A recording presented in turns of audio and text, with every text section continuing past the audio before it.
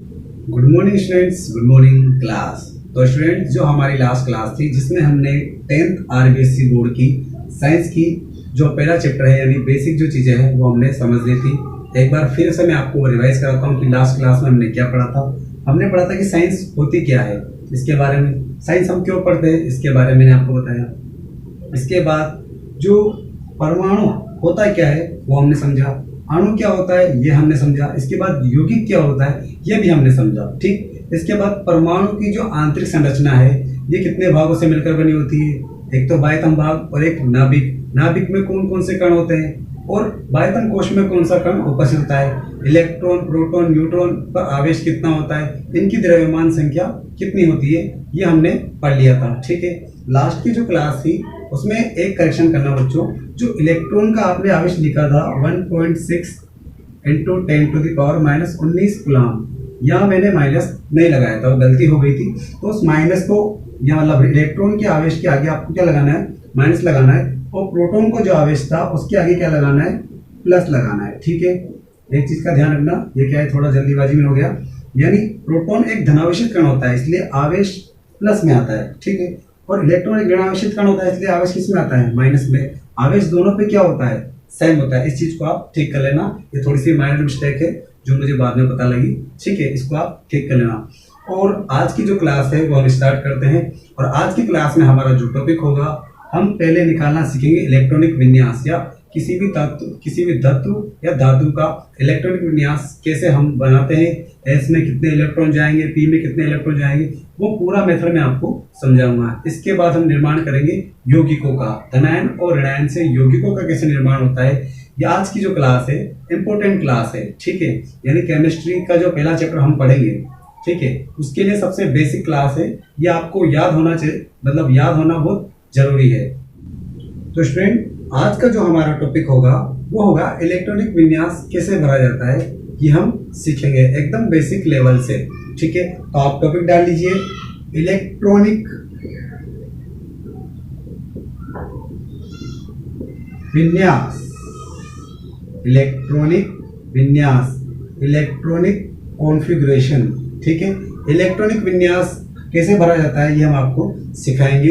ठीक है, इसके लिए आपको जो हमने लास्ट क्लास में आपको बताया था कि 1 से 20 तक जो तत्व हैं, जो एलिमेंट हैं, उनके नाम और उनके नंबर वो आपको याद होना बहुत जरूरी है। जैसे आपसे पूछ लिया गया कि सोडियम का इलेक्ट्रॉनिक विन्यास ज्ञात कीजिए या इलेक्ट्रॉनिक विन्यास लिखिए, आपके पास एक नंबर में ये क्वेश्चन आ जाता है, तो आपको सोडियम 11 नंबर पे आता है, ये आपको याद होना चाहिए। जो कितने नंबर पे आता है, जितने भी तत्व मैंने उनके आगे नंबरिंग लिखा हुआ है। तो सबसे पहले आपको क्या करना है, 1 से 20 तक तत्व याद करने हैं, उसके बाद आप इलेक्ट्रॉनिक विन्यास कैसे भरा जाता है वो सीखोगे। ठीक है, बहुत जल्दी आपको याद करना है, अगर आप मक्कारी करोगे तो आपका बेसिक कमजोर रह जाएगा। इसलिए आपको 1 से 20 तक पूरे जो एलिमेंट है वो याद होने चाहिए, नाम पूरे उनके, और उनका आगे जो नंबर है यानी परमाणु क्रमांक जो है वो भी याद होना बहुत जरूरी है। ठीक है, तो आइए स्टार्ट करते हैं इलेक्ट्रॉनिक विन्यास किसी भी तत्व का कैसे भरा जाता है।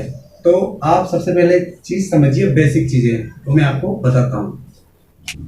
तो स्टूडेंट, हम निकालते हैं इलेक्ट्रॉनिक विन्यास कैसे भरा जाता है वो हम सीखते हैं। ठीक है, इसके लिए आपको सबसे पहले क्या करना है, 1 से 7 तक काउंटिंग करनी है। ठीक है, यानी एक बेसिक तरीका जिससे आप किसी भी जो छोटे भाई बहन है उसको इलेक्ट्रॉनिक विन्यास भरना सिखा सकते हैं। ठीक है, आपको 1 से 7 तक आपने नंबरिंग किया, एस कक्षक, ठीक है, एस एस सब में एस लिखना है। इसके बाद एक नीचे छोड़ दिया और एक ऊपर छोड़ दिया। ठीक है, उसके बाद 2 3 4 5 6 लिखा, उसके बाद सब में पी कक्षक, फिर एक ऊपर छोड़ दिया एक नीचे छोड़ दिया, डी डी डी यानी 3 4 5, फिर एक ऊपर छोड़ दिया एक नीचे छोड़ दिया, तो 4F यानी SPDF 4 कक्षक है जो हमने लिख दिए।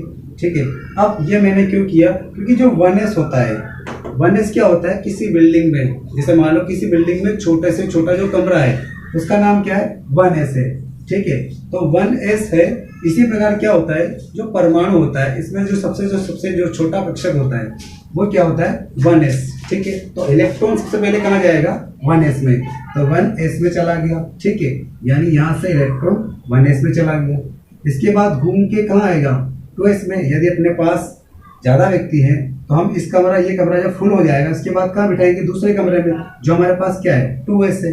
तो 2S फुल होने के बाद 2P में, फिर 3S में, फिर 3P में, फिर 4S में, ऐसे ही क्या क्रम चलता रहता है। क्योंकि हमारे 4S के बाद 20 तक है तो हम 20 तक ही पढ़ेंगे, इसके आगे आपको उलझना बिल्कुल नहीं है। यानी सबसे जो छोटा कमरा है वो होगा 1S, उसके बाद 2S, फिर 2P, फिर 3S।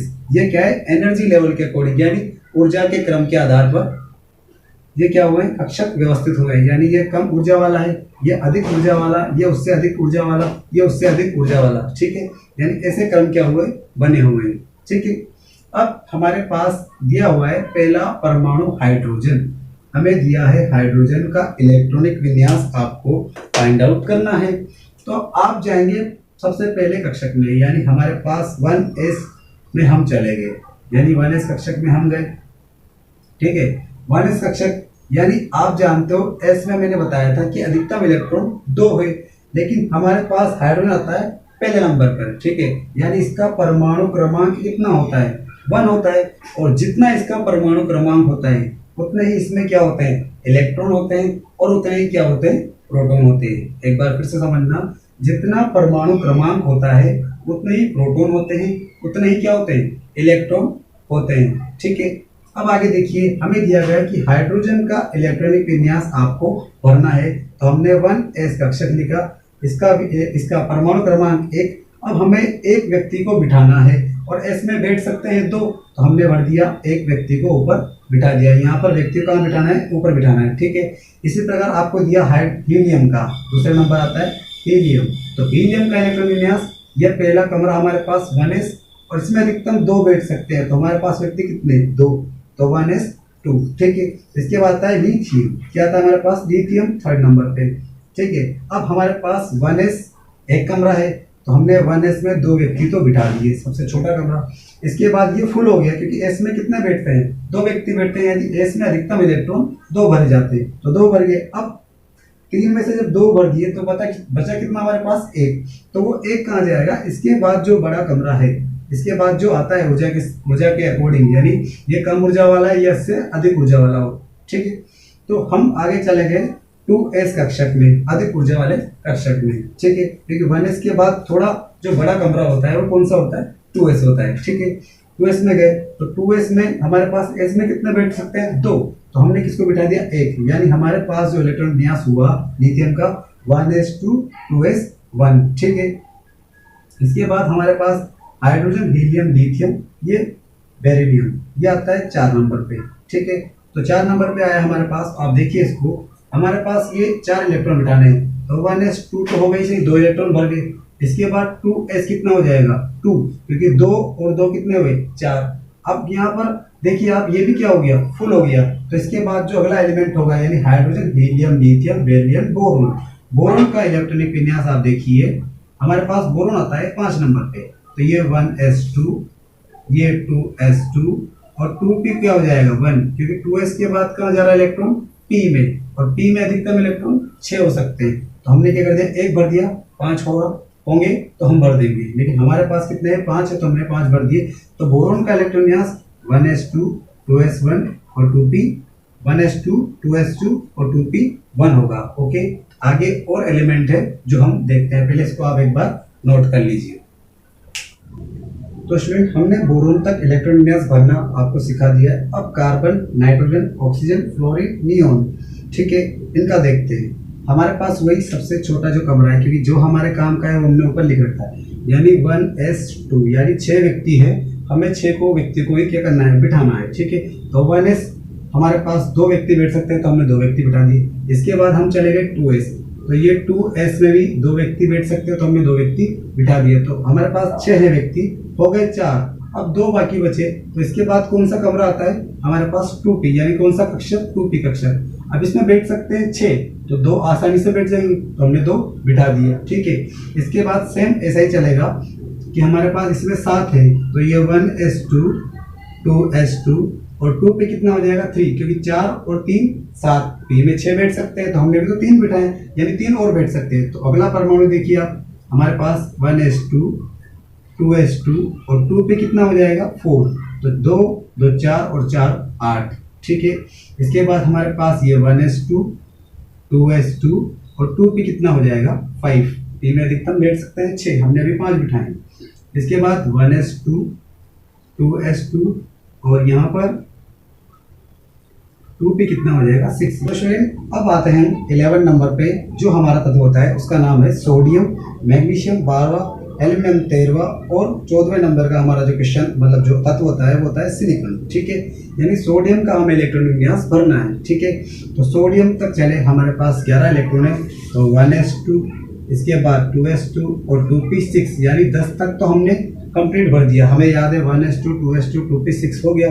इसके बाद 2p के बाद इलेक्ट्रॉन कहाँ आएगा 3s में, यानी हम कहाँ जाएंगे 3s1। तो हमारे पास 11 है, तो ये 10 हुए और एक 11 हो जाएगा, ठीक है। इसके बाद 1s2 2s2 2p6 और 3s में कितना हो जाएगा 2, क्योंकि ये हमारे पास कितने हैं 12, तो 2 2 4 और 6 कितने हुए 10, 2 बचे, तो s में 2 बैठ सकते हो, तो हमने s में 2 बिठा दिए, ठीक है। अब इसके बाद ये सेम एज इट इज चलता रहता है कि हमारे पास ये 1s2 2s2 2p6 3s2, यानी 12 तक तो हमारे पास सेम है। अब 13वां जो इलेक्ट्रॉन है वो कहाँ बैठेगा, यानी 3s के बाद हमारे पास कहाँ जाएगा इलेक्ट्रॉन घूमकर 3p में, तो हम कहाँ चले गए 3p में 1 बिठा दिया, यानी 1s2 2s2 2p6 3s2 और 3p1 हो गया, ठीक है। यानी 2 4 6 10 12 और 1 13। तो स्टूडेंट हमारे पास जो 14 नंबर है वो है सिलिकॉन, फास्फोरस, सल्फर, क्लोरीन। तो हमारे पास वही 1s2 2s2 2p6 और 3s2, यानी हमारे पास 12 नंबर तक हमने भर दिया, ठीक। इसके बाद हमारे पास जो है 3s के बाद क्या आता है 3p में हमारे पास देखिए ये 12 हो गए, तो बाकी 2 कितने 14 में से 12 गए तो 2, यानी 2 हम इसमें भर देंगे, ठीक है। इसके बाद ये पूरा एज इट इज चलेगा और 3p कितना हो जाएगा 3, इसके बाद ये एज इट इज और 3p कितना 4, एज इट इज 3p 5, ठीक है। और ये पूरा एज इट इज चलेगा, बार बार लिखने की जरूरत नहीं है, ठीक है, आप लिख लेना उसको, और 3p6 हो जाएगा, ठीक है। अब 3p6 तक आपको एज इट इज लिखना है यहाँ पे, ठीक है, यानी 3p6 तक 1s2 2s2 2p6 3s2 3p6 तक आपको पूरा लिखना है, ठीक है। क्योंकि हमारे पास क्या होता है ऑनलाइन क्लास में टाइम कम होता है, इसलिए मैंने शॉर्ट में आपको लिख दिया है, आप उसको स्वयं लिख लेना, ठीक है। 3p6 हो गया, ठीक है। अब 3p फुल हो गया, तो उसके बाद कौन सा कक्षक 4 कक्षक, तो यहाँ पर आया 4s1, यहाँ पर आपके पास 18 हो गए, 18 के बाद एक 19, आप जोड़ लेना ऐसे करके 2 4 6 2 8 ऐसे 10 2 12 ऐसे जोड़ लेना आप, ठीक है। जब आप जोड़ेंगे तो यहाँ पर आपके पास 3p तक 18 इलेक्ट्रॉन पूरे हो जाएंगे, एक इलेक्ट्रॉन भरना होगा, तो 4s कक्षक इसके बाद आता है, तो हमने एक इलेक्ट्रॉन भर दिया। और इसके बाद आपके पास 3p तक ऐसे का ऐसा और 4s में कितना हो जाएंगे 2 इलेक्ट्रॉन हो जाएंगे। इसलिए इस प्रकार हम क्या करते हैं इलेक्ट्रॉन विन्यास टोटल हमने 1 से 20 तक भर लिए।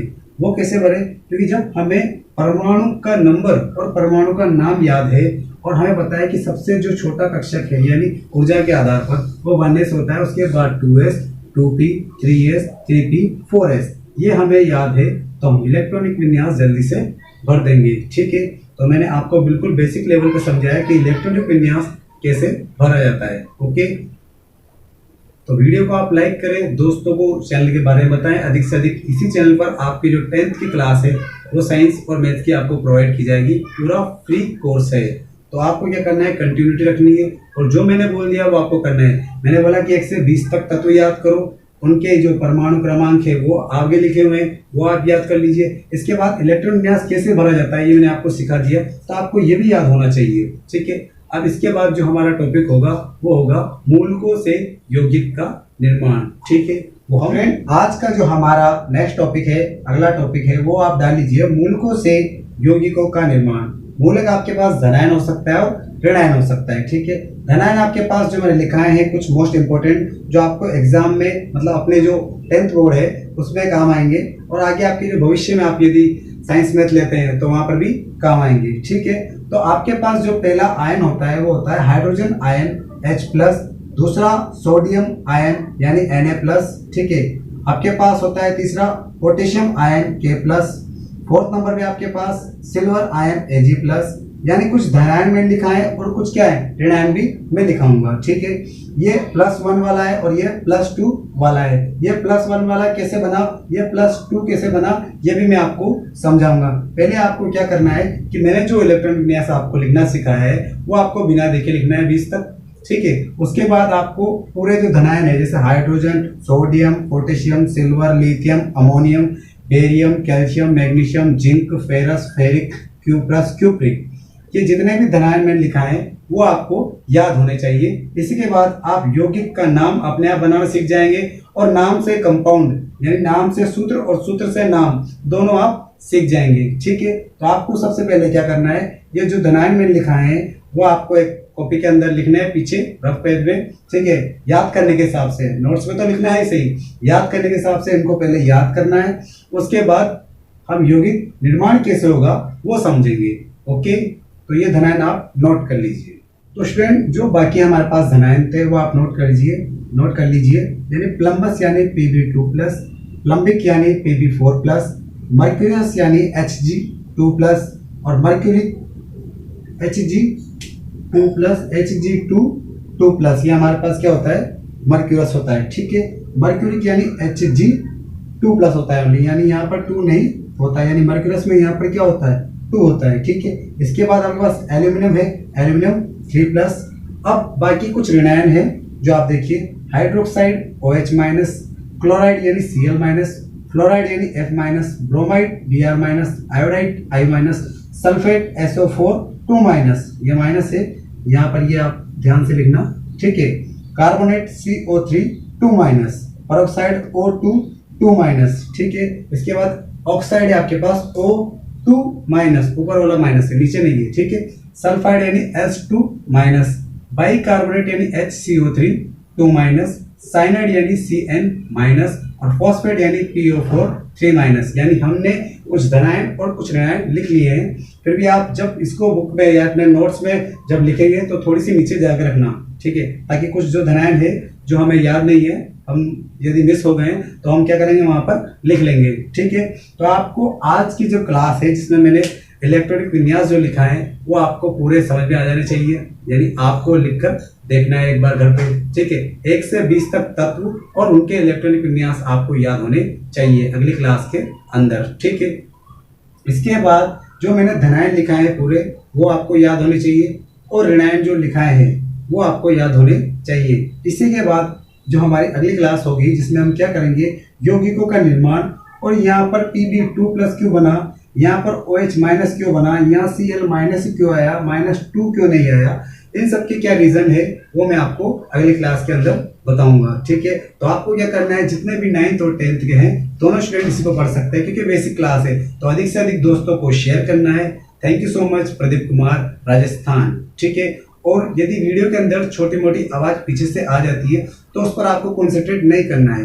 क्यों? क्योंकि आसपास क्या होता है, छोटे बच्चे होते हैं, छोटे बच्चे आप जानते हो किसी से चुप नहीं होते हैं, चाहे कितना भी हम कोशिश करें। तो उस बात को आप थोड़ा सा ध्यान रखना, क्योंकि जो भी है आपको बस फोकस करना है क्लास में प्रदीप सर की आवाज पर, ओनली प्रदीप सर, बाकी पीछे क्या चल रहा है हमें उस पर ध्यान नहीं देना है। ओके, तो आपको वीडियो को लाइक करना है, चैनल को सब्सक्राइब नहीं किया तो चैनल को सब्सक्राइब कर दे और बेल आइकन दबा दे ताकि वीडियो की अपडेट आपको टाइम टू टाइम पर मिलती रहे। प्रदीप कुमार, राजस्थान।